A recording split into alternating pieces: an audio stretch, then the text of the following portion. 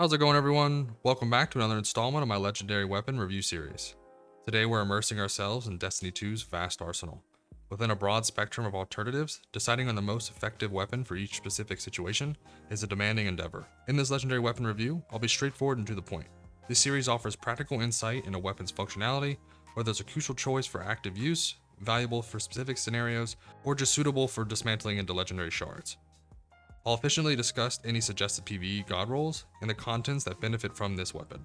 Since these recommendations stem from my viewpoint, feel encouraged to experiment with various combinations to discover the setup that suits your personal style of play. Now let's delve into today's legendary weapon review, highlighting the Song of Ryut Arc Machine Gun. Starting in Season 22, you can find this weapon in the Crota's End raid.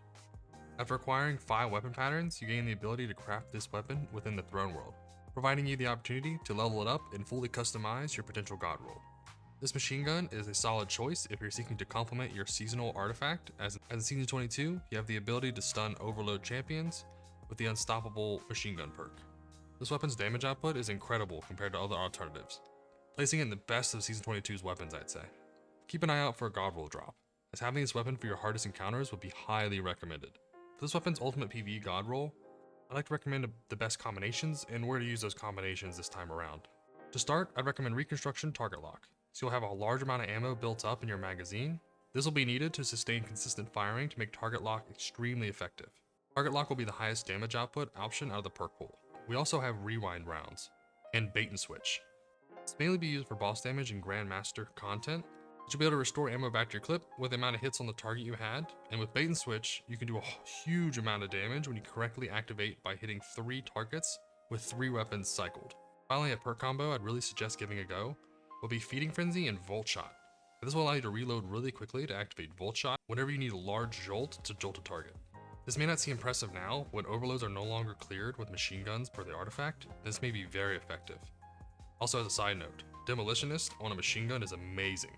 So definitely give it a go when you get a chance. Even though it doesn't proc Volt Shot, unfortunately, it does pair up very well with Bait and Switch and Target Lock. Incorporating the secondary perks, while not mandatory, they can significantly enhance the overall feel of the weapon.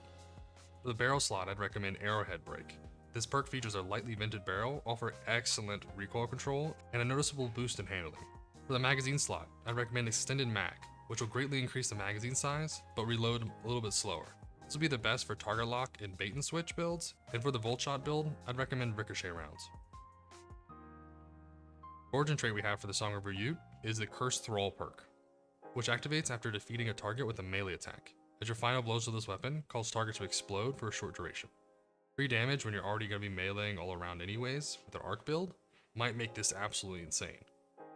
For the weapon mod slot, I'd recommend opting for a major or boss mod modification, resulting in increased damage output to those major and boss targets. To complete your weapon customization, add a range masterwork. This will grant an increase to range, reducing the weapon's fall off damage, ensuring the weapon is outputting a large amount of damage no matter the distance. Regarding the content where I suggest using this weapon, let's briefly discuss it. Seasonal activities, absolutely. Vanguards, yup. Gambit matches, bye bosses. For Lost Sectors and Grandmaster Nightfalls, it's recommended to use this weapon for eliminating champions and bosses, as this weapon excels in nuking high health bar targets. For raids it's a little more tricky, as there is the Thunderlord machine gun, which really does a lot of damage, so it may be hard to compete with that option. For PvP, grenade launchers or rocket launchers may be a better option. Therefore, is utilizing this weapon recommended? I'd say absolutely, as it can hold its ground in all 4s of gameplay when a high damage output weapon is required. So there you have it, quick rundown of a legendary weapon. You might have started watching this video with the question of whether to scrap or actually even use this weapon. I understand the difficulty in managing weapons in your storage, since my vault is always full.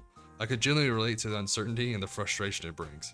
Hope this video provided valuable insights. Now take this weapon for a test drive yourself. If you've learned something new, please consider hitting the subscribe button and sharing your opinions below. Remember, Guardians, the universe is vast and your power is limitless. Keep exploring, and I'll see you in the next adventure.